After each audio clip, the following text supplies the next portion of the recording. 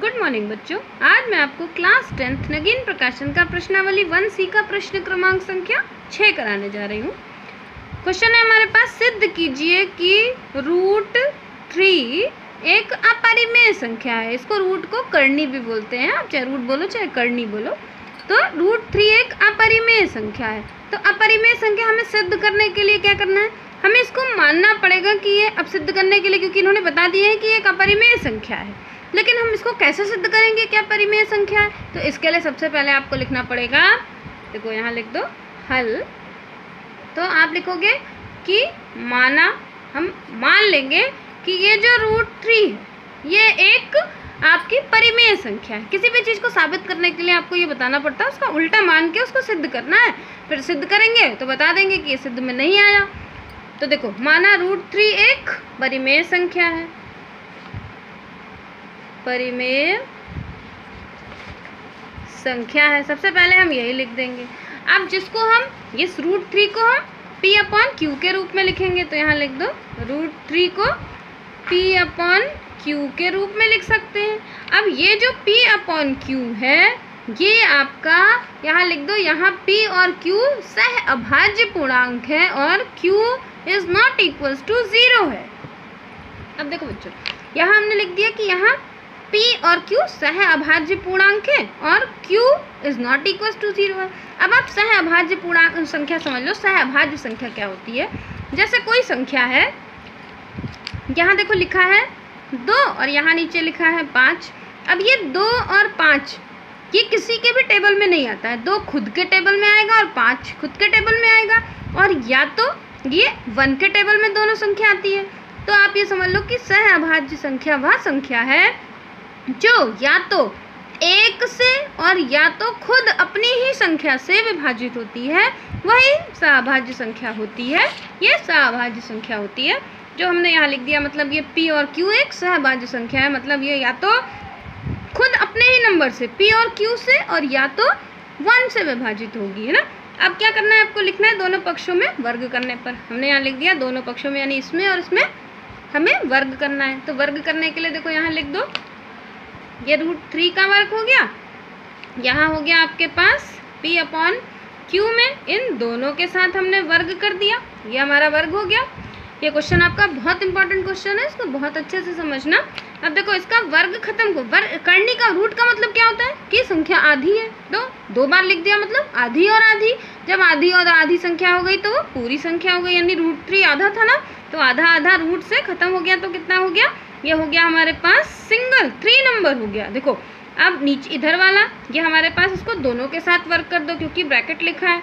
तो हमने यहाँ इसको P के साथ भी वर्ग कर दिया और यहाँ हमने इसको Q के साथ भी वर्ग कर दिया। अब यहाँ देखो ये सिंगल, यहाँ आपके भिन्न में नंबर है, यहाँ सिंगल नंबर है, तो नीचे अपॉन में 1 आप लगा दो तो आपको समझने में आसानी हो जाएगी। अब इसको क्रॉस मल्टीप्लिकेशन करना है, यानी इससे गुणा इसको करोगे, इससे इसको गुणा करोगे। तो यहाँ आप देखो ऐसे एम्प्लॉय Z का साइन लगा देना। इससे हमने इसको गुणा करा तो ये हो गया आपके पास देखो 3 और Q², यहाँ लिख दो 3 और ये हो गया Q², इससे गुणा कर दिया। यहाँ इसको 1 से गुणा करा तो सेम वही आ गया, यानी P²। ये नंबर बन गया आपके पास। यहाँ पर अब देखो ये 3 इसके साथ गुणा हो रहा है ना, नीचे चला जाएगा तो भाग हो जाएगा। यहाँ लिख दो Q², ऐसे यहाँ ये सिंबल आप लगाते जाना। Q² इज इक्वल्स टू देखो P² और ये 3 नीचे आ गया तो 3। ये आपके पास इस नंबर को मान लो, ये जो आपके पास नंबर है यहाँ पर इसको आप मान लो समीकरण 1, क्योंकि आगे आपको समीकरण 1 पर ही संख्या रखनी पड़ेगी। ये हमने समीकरण 1 मान लिया। अब यहाँ देखो ये आपके पास ये नंबर 3 है और ऊपर Q² है। वो ही जब नंबर बटे में लिखे जाते हैं तो इसका मतलब अगर ये इसका कोई अभाज्य गुणनखंड, भाई इससे भाग हो रहा है, अगर भाग हो रहा है मतलब ये ऊपर इसमें कोई ना कोई तो ये क्या इससे विभाजित ही होगी। तो इसको आप कैसे, जैसे मान लो ऊपर 25 लिखा है, नीचे 5 लिखा है, तो ये संख्या ऊपर 5 से 25 कटता है ना, तो ऐसे ही यहाँ 3 लिखा है तो यहाँ कोई भी ऐसी संख्या होगी जो इससे विभाजित होगी। तो आपको यहाँ लिखना पड़ेगा, यहाँ P², ये जो P² है देखो यहाँ लिखो, यहाँ ये P² देखो P² नीचे वाला नंबर ये देखो 3 है ना, 3 से विभाजित है। क्यों? क्योंकि देखो भाग में दिया है मतलब विभाजित है ही, आपको मानना है। तो P² 3 से विभाजित है, ये आपने देखो बता दिया कि विभाजित है, तो जब p जो ये स्क्वायर वाला नंबर इससे विभाजित होगा तो मतलब ये सिंगल p भी इस नंबर से विभाजित है, तो लिख दो, तो p भी 3 से विभाजित होगा, यहाँ लिख दो विभाजित होगा। ये आपकी पहली, ये आपकी स्थिति हो गई, पहली स्थिति, तो यहाँ पर लिख दो ये स्थिति नंबर 1। स्थिति मतलब ये आपका फर्स्ट स्टेप हो गया ना, ये स्थिति आपकी 1 हो गई है ना। अब हमें क्या करना है, देखो तब ये जो p है आपका, p एक आपका क्या हो गया, एक गुणनखंड होगा, है ना। ये आपका जो p है ये क्या हो गया, एक गुणनखंड है। अब हम एक नया नंबर मान लेते हैं, हम इस p को हमने मान लिया, इस p को हम मान लेंगे, देखो ये आपका p बराबर हो गया 3m के रूप का हमने एक नया नंबर, क्योंकि एक से आपने सिद्ध कर दिया, अब एक नंबर और से सिद्ध कर दो। p को इस बार हमने मान लिया 3m के रूप का हो गया। अब यहाँ 3m के रूप का इसका जो मान है p बराबर हमने 3m, इसको समीकरण 1 में रखेंगे। समीकरण 1 हमारे पास ये था ना, तो यहाँ लिख दो p के मान को, p का मान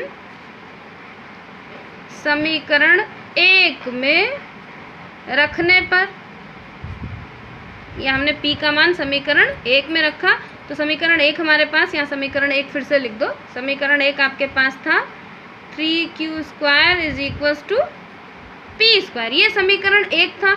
हमने इसका मान, इस p का मान, हमने p का मान 3m माना है ना, तो यहाँ p की जगह पर हम 3m रख देंगे, इसको पहले वैसे ही लिख दो 3q², और इस p की जगह हमने क्या रख दिया 3m, ये रख दिया। स्क्वायर तो स्क्वायर ही रख दो क्योंकि हमने p की जगह पर ही रखा है। ये आपके पास देखो ये 3q² आपके पास वैसे ही हो गया 3q², यहाँ 3 का स्क्वायर हो गया आपके पास 9, और यहाँ हो गया ये m का स्क्वायर। अब यहाँ पर देखो ये आपके पास नंबर m, इसको इसके साथ गुणा हो रहा है, इधर भेज देते हैं, क्यों, तो ये मल्टीप्लाई में आ जाएगा। तो देखो 3q², यहाँ पर सिंगल ऐसे m रहने दो, m का स्क्वायर, ये 9 यहाँ बटे में आ गया, देखो कट गया नंबर, 3 1 = 3 और 3 3 = 9, ये आपका हो गया। देखो यहाँ पर q², ये वाले देखो q², बटे में कितना आया, बटे में 3, और यहाँ कितना आया, ये आपका m² आ गया है ना, ये आपका यही तो नंबर बचा। फिर यहाँ देखो, यहाँ जो q² है, ये जो q² है ये 3 से विभाजित है, फिर वही जो ऊपर वाली लाइन थी आपको फिर वही लिखनी है। यहाँ पर यहाँ लिख दो, देखो यहाँ हमने लिख दिया कि यहाँ पर ये जो q² है ये 3 से विभाजित है। अभी हमने ऊपर साबित किया था ना कि जो नंबर बटे में लिखा रहता है वो से विभाजित होता है, तो यहाँ हमने लिख दिया ये q² 3 से विभाजित है, तो ये सिंगल q भी 3 से विभाजित होगा, इसको हमने मान लिया स्थिति 2। पहले वाले को हमने स्थिति 1 माना था, इसको स्थिति 2 मान लिया। अब यहाँ पर नीचे लिख दो स्थिति 1 और स्थिति 2 से यह स्पष्ट होता है, यहाँ लिख दो स्थिति 1 और 2 से क्या स्पष्ट है कि √3, स्पष्ट है कि √3 एक अपरिमेय संख्या है, बस एक अपरिमेय संख्या है, और यह p/q के रूप की नहीं है, के रूप की नहीं है। बस यही आपको लिख के आपको दिखाना है बच्चों। बहुत इंपॉर्टेंट क्वेश्चन है, इसका चाहे वीडियो आप पॉज करके नोट कर लें, चाहे स्क्रीनशॉट निकाल के नोट कर लो। ये क्वेश्चन आपका बोर्ड एग्जाम के पर्पज़ से बहुत इंपॉर्टेंट है और ये ज़रूर आता है। आप ज़्यादा से ज़्यादा मेरे चैनल को शेयर करना और सब्सक्राइब जरूर करना। मैं नगीन प्रकाशन के सारे क्वेश्चंस आपको ऐसे ही देती रहूँगी। बाय बच्चों।